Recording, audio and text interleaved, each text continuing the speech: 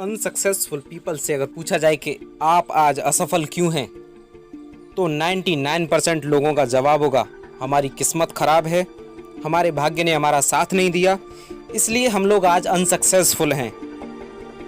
क्या सचमुच सक्सेस के लिए लक या भाग्य रेस्पॉन्सिबल है? नहीं, luck is not responsible for success. आप ये जो कह रहे हो कि आपकी किस्मत खराब है, यह कहकर आप सिर्फ अपने आप को बेवकूफ़ बना रहे हो, किसी और को नहीं। आप जैसी भी लाइफ जी रहे हो उसके लिए आपकी किस्मत या कोई और जिम्मेदार नहीं है, आप स्वयं जिम्मेदार हो।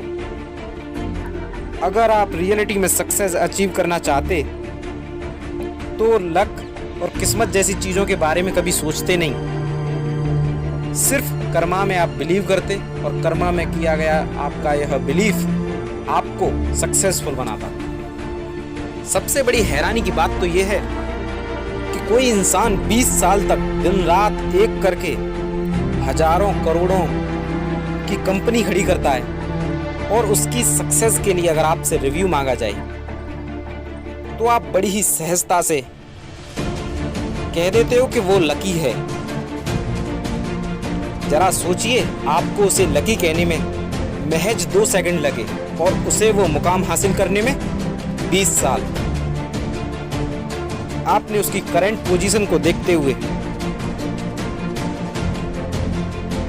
उसे लकी करार दे दिया, लेकिन आपने उसकी सक्सेस के पीछे का वो 20 साल का संघर्ष नहीं देखा, जिसके लिए उसने दिन रात एक किया, शांति से सोया नहीं, असफलताएं हाथ लगने के बावजूद कभी भी हताश नहीं हुआ, क्योंकि उसे खुद पर विश्वास था कि एक दिन वो कुछ ऐसा कर दिखाएगा जो आप कभी सोच ही नहीं सकते। अगर वो भी आपकी तरह सोच लेता कि मेरे भाग्य में अगर कंपनी होगी, तो क्या ऐसा सोच लेने से उसे वो सब कुछ मिल पाता जो आज उसके पास है? नेवर, कभी नहीं मिल पाता उसे। एक कहानी है 1938 के कैरेली नाम के एक आदमी की, जो अपनी कंट्री का बेस्ट पिस्टल शूटर था। उसका सपना 1940s में होने वाले ओलंपिक गेम्स में गोल्ड मेडल जीतना था। नेशनल चैंपियनशिप में वह गोल्ड मेडल जीता करता था, इसलिए सब लोगों को विश्वास था कि वो आसानी से ओलंपिक गेम्स में गोल्ड मेडल जीत जाएगा। लेकिन तभी एक दुखद घटना घटित होती है और एक हैंड ग्रेनेड उसके उसी हाथ में फट जाता है जिस हाथ से उसे गोल्ड मेडल जीतना था। उसका सपना एक पल में मिट्टी में मिल गया, सब कुछ खत्म हो गया, उसके सामने अंधकार छा गया। अब उसके पास सिर्फ 2 ही रास्ते थे, या तो उस घटना के लिए अपनी किस्मत को कोसते हुए अपने सपने से हार मान लेता, या अपने सपने को साकार करने के लिए किसी भी तरह मेहनत करता। उसने दूसरा ऑप्शन चुना, दूसरा रास्ता चुना, और उसने अपने लेफ्ट हैंड से प्रैक्टिस ट्रेनिंग शुरू की और उसने अपने उस लेफ्ट हैंड को दुनिया का बेस्ट शूटिंग हैंड बना दिया। 1939 में उसने नेशनल चैंपियनशिप में गोल्ड मेडल जीता।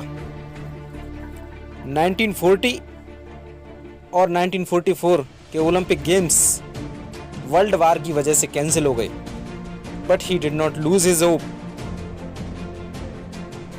वो प्रैक्टिस करता रहा और 1948 और 1952 में लगातार उसने गोल्ड मेडल जीते। चाहता तो केरली भी अपनी किस्मत को कोस सकता था। उसके पास बहुत अच्छा एक्सक्यूज था कि उसका जो राइट हैंड है वो उसके पास नहीं था, इसलिए वो अनसक्सेसफुल हो गया। लेकिन नहीं, केरली को उसके रास्ते की कोई भी बाधा नहीं रोक सकी ओलंपिक में गोल्ड मेडल जीतने से।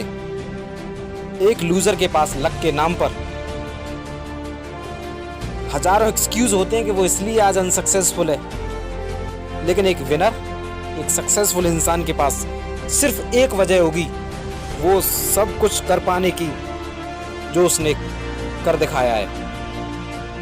इसलिए दोस्तों, किस्मत को कोसना बंद करो। सक्सेस चाहिए तो स्ट्रगल तो करना पड़ेगा यार। Finally I would like to say, या तो केरली की तरह सेकंड ऑप्शन चूज करके हीरे की तरह चमक जाओ, या फर्स्ट ऑप्शन चूज करके जिंदगी भर रोते रहो, जिंदगी भर अपनी किस्मत को कोसते रहो। Choice is yours.